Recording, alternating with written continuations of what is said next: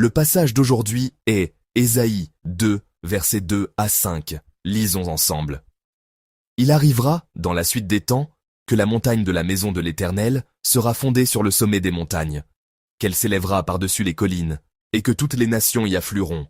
Des peuples s'y rendront en foule et diront, « Venez, et montons à la montagne de l'Éternel, à la maison du Dieu de Jacob, afin qu'il nous enseigne ses voies, et que nous marchions dans ses sentiers. Car de Sion sortira la loi, et de Jérusalem la parole de l'Éternel. Il sera le juge des nations, l'arbitre d'un grand nombre de peuples. De leurs glaives, ils forgeront des hoyaux, et de leurs lances des serpes. Une nation ne tirera plus l'épée contre une autre, et l'on n'apprendra plus la guerre. Maison de Jacob, venez, et marchons à la lumière de l'Éternel. Amen. C'est le 5e et dernier jour de notre rassemblement sur le thème « L'adoration ». Encore l'adoration. Aujourd'hui, nous allons examiner la parole de Dieu à travers un élément grammatical, l'exhortation. Comme nous le savons bien, la forme exhortative est celle que nous utilisons pour dire « faisons ceci » ou « entre amis proches, allons-y ensemble ». En janvier, lors du culte d'ouverture de l'année, tous les membres du personnel et les pasteurs de notre Église ont suivi une formation sur la bienveillance. L'une de nos diaconesses, qui a longtemps travaillé comme agent de bord et qui forme maintenant d'autres agents de bord, nous a partagé son savoir-faire professionnel. Nous avons reçu cette formation en nous demandant « Comment pouvons-nous traiter les membres de l'Église avec plus de bienveillance ?» Il paraît que ce samedi, l'équipe de louanges, l'équipe du stationnement et quelques autres équipes auront de nouveau l'occasion de discuter avec elle. Cette diaconesse nous a dit alors qu'en utilisant la forme exhortative plutôt que l'impératif, on peut susciter davantage la sympathie et l'empathie des gens.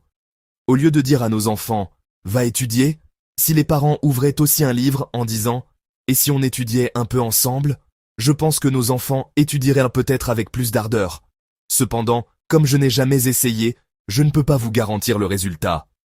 Quoi qu'il en soit, dans nos équipes de ministère ou sur notre lieu de travail, que diriez-vous de changer notre façon de parler en disant « faisons-le, essayons ensemble, allons-y, faisons-le ensemble ». C'est ce dont il est question aujourd'hui. Les versets 3 et 5 contiennent des paroles exhortatives. Mais avant cela, révisons ce que nous avons vu au cours des 4 derniers jours. Le premier jour, nous avons étudié la préposition « dans ». Nous pensions auparavant que nous adorions avec l'esprit comme un outil et la vérité comme un moyen. Mais je vous ai dit qu'adorer en esprit et en vérité, c'est en fait devenir un être entièrement nouveau en esprit et en vérité, et se tenir devant Dieu en tant que tel. Tout comme la Samaritaine a été complètement transformée après sa rencontre avec Jésus, sa vie avant et après étant totalement différente, nous avons appris que l'adorateur est un être fondamentalement et existentiellement nouveau, transformé en esprit et en vérité. Nous nous souvenons tous de ce premier moment de rencontre, de ce moment d'émotion intense. Nous nous souvenons de ces moments d'adoration, où le simple fait de venir devant Dieu, de chanter un cantique ou de prier, nous faisait sangloter, trembler et nous émouvait aux larmes. En cette aube, je prie au nom du Seigneur, pour que nous retrouvions tous ce premier moment de rencontre, et que, dans chaque culte, Dieu nous émeuve, et que nous nous approchions de lui avec crainte et tremblement. Le deuxième jour, nous avons partagé sur le thème « Le temps, le présent ». L'adoration est l'expérience de consacrer notre corps à Dieu en une seule fois, à travers ce changement radical et existentiel. C'est ensuite, pour ce nouvel être, de vivre continuellement le présent en se fondant sur ce changement.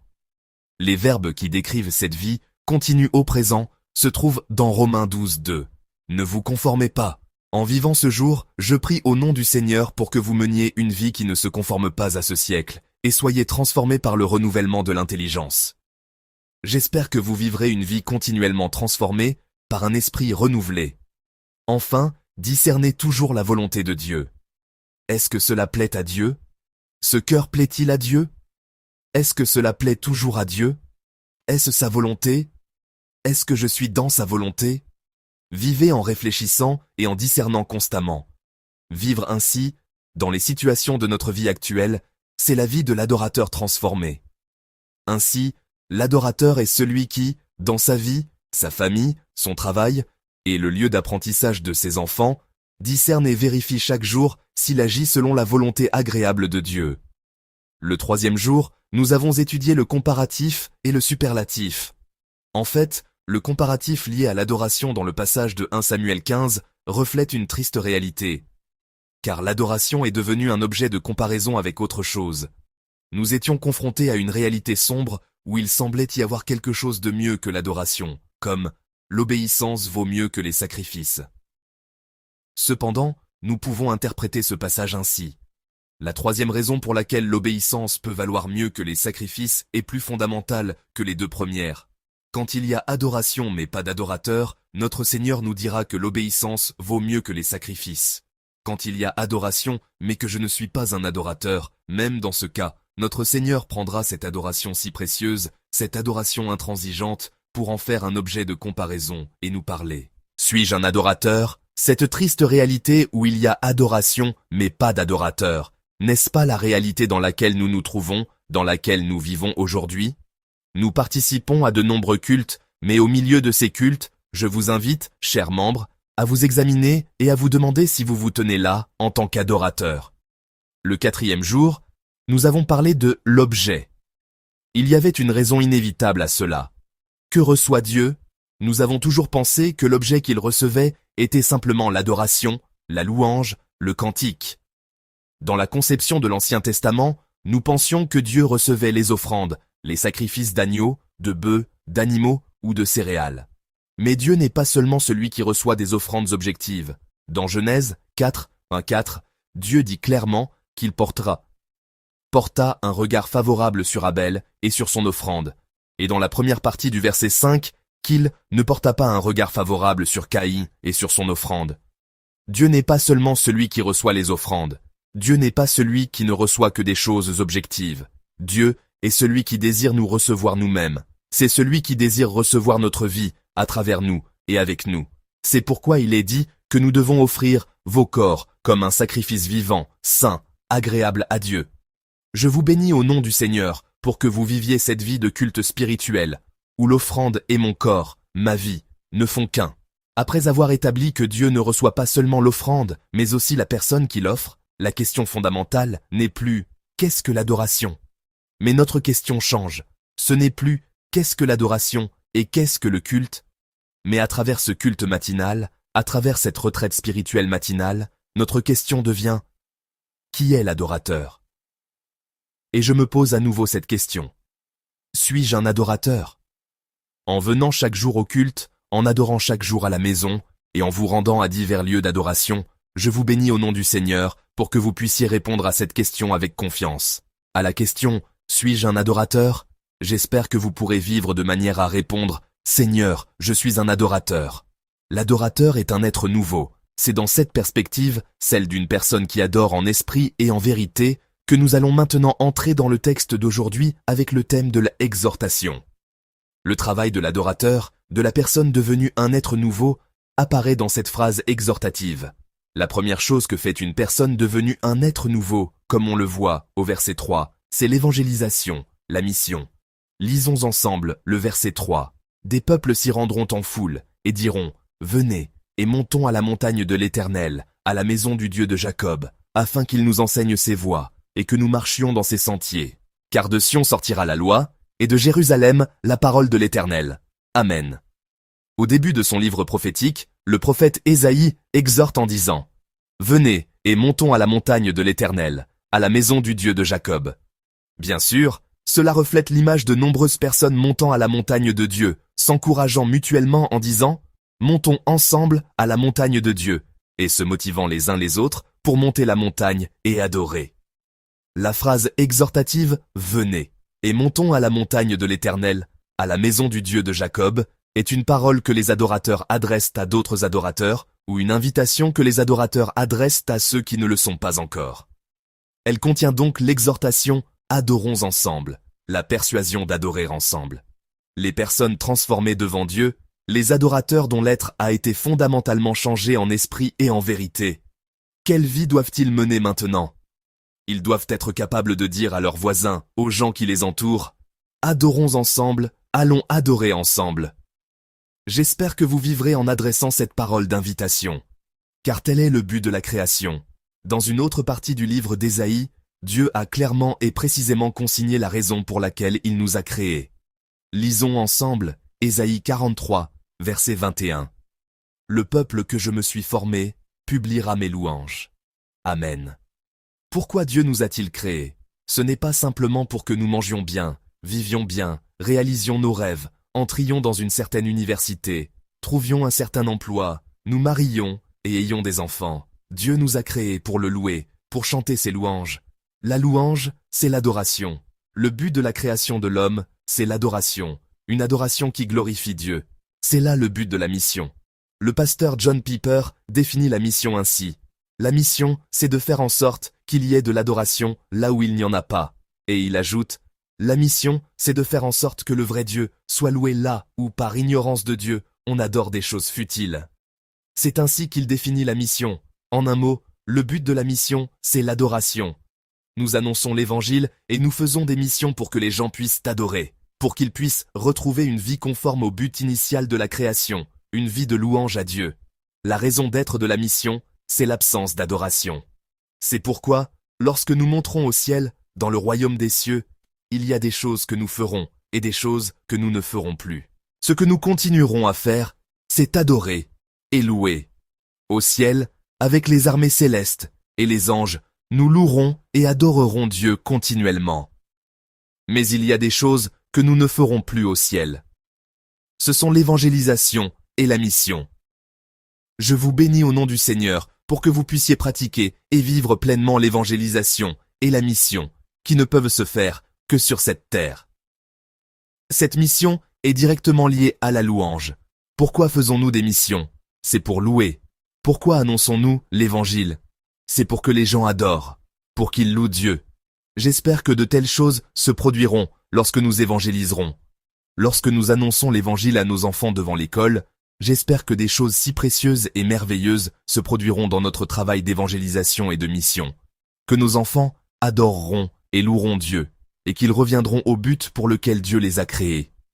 La première phrase exhortative est la suivante, en s'exhortant mutuellement à dire « Venez et montons à la montagne de l'Éternel, à la maison du Dieu de Jacob ». Cette parole d'adorateur, cette parole d'invitation, adorons ensemble, louons Dieu ensemble, contient le sens de l'évangélisation et de la mission. Passons maintenant au deuxième point. La deuxième chose que fait un adorateur, un être nouveau, c'est de vivre dans la lumière. Lisons ensemble le verset 5. Maison de Jacob, venez, et marchons à la lumière de l'Éternel. Amen. Cette parole est également écrite sous une forme exhortative. Le prophète Ésaïe dit au peuple, « Marchons dans la lumière de l'Éternel, vivons dans la lumière de l'Éternel. » La lumière représente une nouvelle identité. Après que Jésus-Christ est venu à nous pour la première fois et nous a invités à entrer par la porte ouverte, nous sommes devenus des êtres qui adorent en esprit et en vérité, des êtres fondamentalement et complètement nouveaux. Cette nouvelle identité est expliquée par la lumière. Éphésiens 5 verset 8 explique ainsi l'identité de l'adorateur renouvelé en esprit et en vérité. Lisons-le ensemble.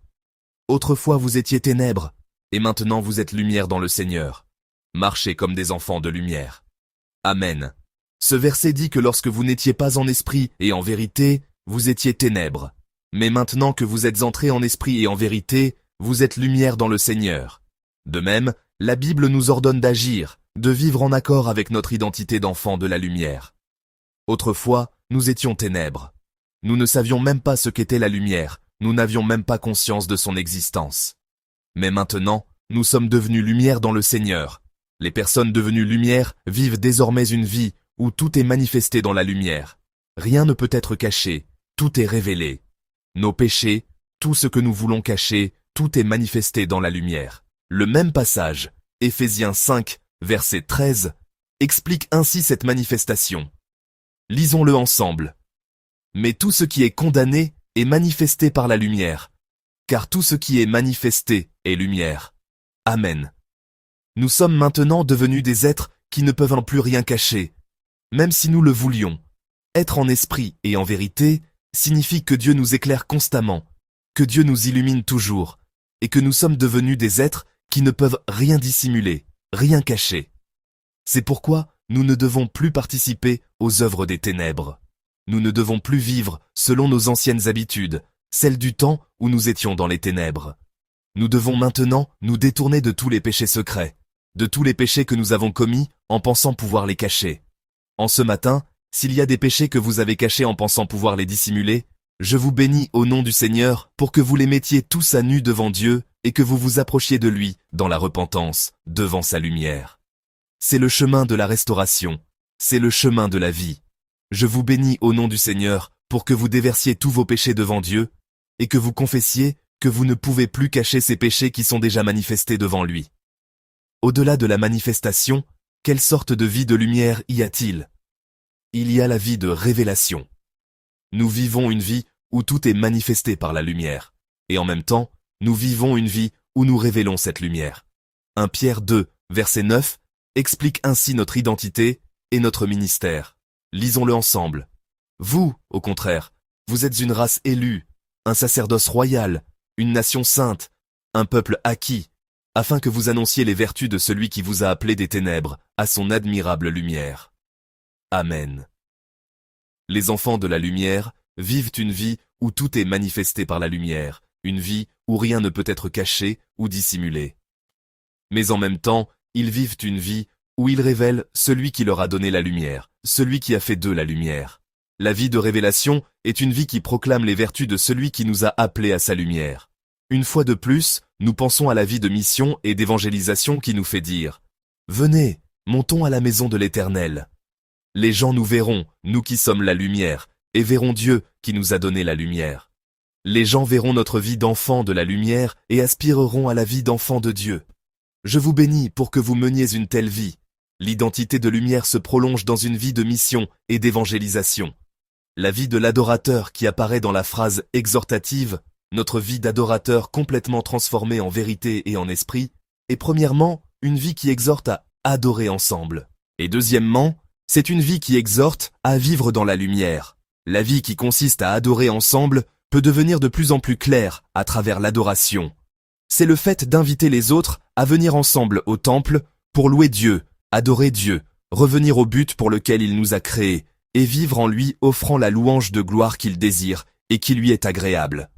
Et cette phrase exhortative qui nous invite à vivre dans la lumière est une vie qui nous exhorte à vivre comme des enfants de Dieu, des enfants de la lumière, dans tous les domaines de notre vie quotidienne. Nous sommes des gens qui ne peuvent pas se cacher, qui sont destinés à être révélés, et ainsi, en révélant notre vie d'enfant de la lumière, nous invitons les gens à une vie où ils voient de notre vie, et reconnaissent que Dieu est vivant, Dieu agit. En ce matin, à travers cette phrase exhortative, Dieu invite chacun d'entre nous qui adorons ici.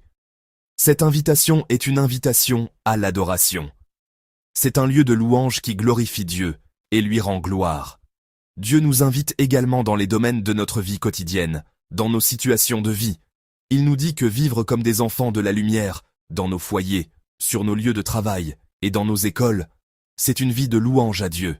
C'est la vie d'adoration de l'être renouvelé en esprit et en vérité, de l'être devenu adorateur. Je vais maintenant conclure cette retraite spirituelle matinale en vous exhortant avec cette phrase exhortative. Vivons ensemble de cette manière. Chers amis, vivons en adorateurs. Vivons en adorant ensemble. Et vivons ensemble comme des enfants de la lumière. Dans nos situations de vie, sur nos lieux de travail, dans nos foyers et dans nos écoles, vivons comme des enfants de la lumière. Je vous bénis au nom du Seigneur pour que vous viviez tous la vie d'adorateurs et la vie d'enfants de la lumière. Pensons à la parole qui nous a été donnée et chantons ensemble. Méditons sur les paroles du chant « Je suis un adorateur » et chantons ensemble. Je suis celui qui adore Dieu, un adorateur. Où que je sois, j'adore Dieu. Mon âme tend vers la grâce sainte, mon cœur tend vers le Dieu parfait. Ici, en ce moment précis, j'adore Dieu. Je suis celui qui adore Dieu, un adorateur. Où que je sois, j'adore Dieu. Mon âme tend vers la grâce sainte, mon cœur tend vers le Dieu parfait. Ici, en ce moment précis, j'adore Dieu. En ce matin, prions ensemble. Dieu nous invite. Il nous invite à la place de l'adorateur, où nous sommes fondamentalement changés, adorant en esprit et en vérité.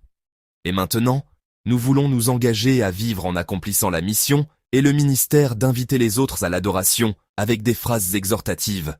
Prions pour cela.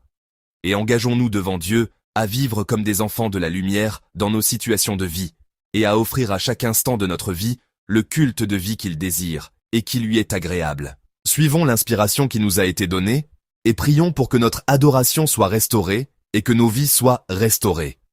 Crions le nom de notre Seigneur une fois et prions ensemble. Prions. Seigneur, merci. Merci de nous avoir appelés à nouveau à être des adorateurs. Fais que nous retrouvions ce premier moment où, devenus de nouveaux êtres en esprit et en vérité, nous nous sommes approchés de toi. Guide-nous afin que nous puissions retrouver cette émotion et cette inspiration avec un écho et un tremblement. Fais que dans chaque lieu d'adoration, il y ait cet écho, et que dans chaque moment d'adoration, nous retrouvions ce tremblement, nous tous, membres de l'Église. Seigneur, il y a encore tant de gens autour de nous qui ne peuvent pas t'adorer, qui ne peuvent pas accomplir le but de leur création, qui est de te louer. Aide-nous à vivre une vie où nous exhortons et invitons nos familles, celles qui ne connaissent pas encore Jésus-Christ, et nos voisins, en disant « Allons adorer ensemble, montons ensemble à la montagne de Dieu, adorons ensemble. » Tu nous as aussi appelés à être la lumière, nous sommes destinés à être révélés par la lumière. Montre-nous tous les péchés que nous tentons de cacher et de dissimuler, comme nos anciennes habitudes des ténèbres, et guide-nous afin que nous puissions nous repentir et nous approcher de toi. Puisque nous nous sommes repentis, ne nous laisse pas y retourner, mais fais que nous continuions à avancer dans la direction que tu désires et qui te plaît. Tu veux aussi que nous vivions une vie de révélation. La lumière ne peut être cachée, elle ne peut être dissimulée par aucun effort ni aucune puissance. La lumière est destinée à se répandre dans les ténèbres. Seigneur, fais que nous puissions vivre comme des enfants de la lumière à l'endroit où tu nous as appelés. Fais que tous les membres de notre Église vivent une vie qui révèle la lumière, en annonçant et en proclamant la beauté de celui qui nous a donné la lumière.